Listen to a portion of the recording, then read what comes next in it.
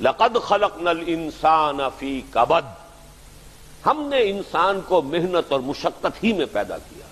محنت، مشقت، تکلیف یہ ہر انسان کا مقدر ہے، کرنی ہی ہے۔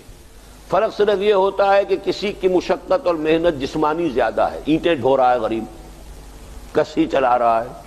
کسی کی محنت مشقت ذہنی زیادہ ہوتی ہے، بیٹھا ہوا تو ہے آرام کرسی پر، ریوالونگ چیئر ہے، بڑی آرام دہ، لیکن اس کی جو ذہنی مشقت جو وہ کر رہا ہے۔ جو جسمانی مشقت کرتا ہے وہ رات کو پاؤں پھیلا کر سوتا ہے، چاہے روٹی بھی پوری نہ ملی ہو، لیکن اسے پتہ نہیں ہوتا رات کب گزر گئی۔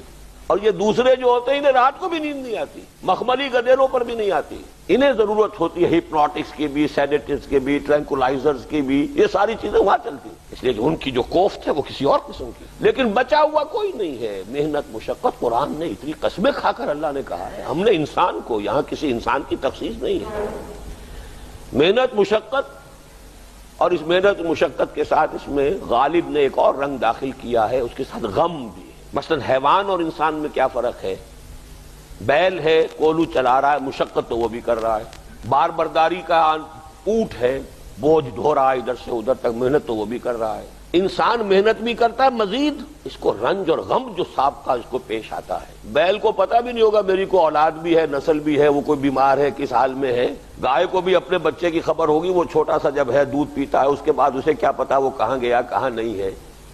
انسان کو جو تکلیفیں جھیلنی پڑتی ہیں، پھر جو غم جھیلنے پڑتے، وہ حیوان کے لیے نہیں ہے، یہ انسان کے لیے۔ اسی لیے کہا غالب نے کہ قید حیات و بند غم اصل میں دونوں ایک ہیں، موت سے پہلے آدمی غم سے نجات پائے کیوں؟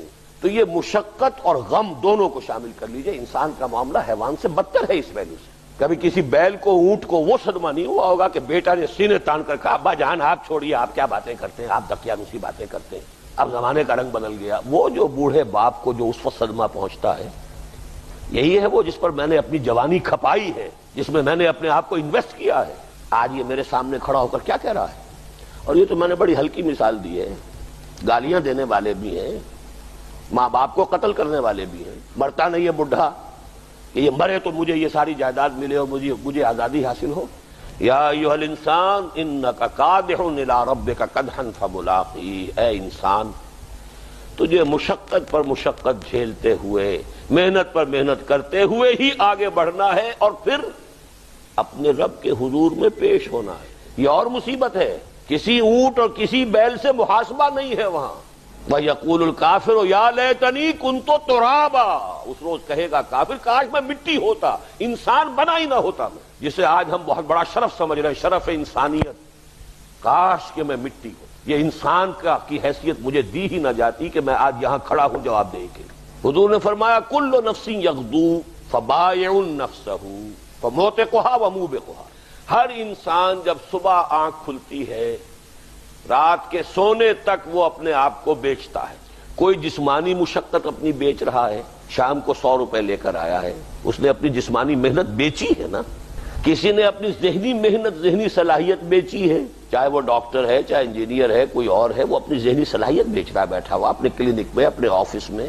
بائع نفسہ، اپنے آپ کو بیچتا ہے۔ یہ بیچنا تو ہر ایک کا ہے، ہر شخص بیچ رہا ہے اپنے آپ کو۔ کوئی بدبخت وہ ہے جو یہ ساری مشقت جھیل کر بھی رات کو جہنم لے کر آیا ہے گھر میں، مشقت بھی جھیلی اور لے کر بھی آیا آگ کے انگارے، اس لیے کہ حرام کاروبار کیا۔ کوئی وہ ہے جو اس مشقت کے بعد اپنے نفس کو جہنم کی آگ سے چھٹکارا دے کر آتا ہے۔ بیچا، جائز جگہ بیچا، جائز طریقے سے بیچا، بیچا اس نے بھی، محنت اس نے بھی کی، مشقت اس نے بھی کی، لیکن اس نے اپنی مشقت کے نتیجے میں اپنے آپ کو برباد کر لیا۔ موتقھا و موبقھا، موبقھا ہلاک کر لینے والا ہے اس کا، اور موتقھا چھڑا لینے والا، گردن آزاد کر لینا جہنم سے، آگ سے۔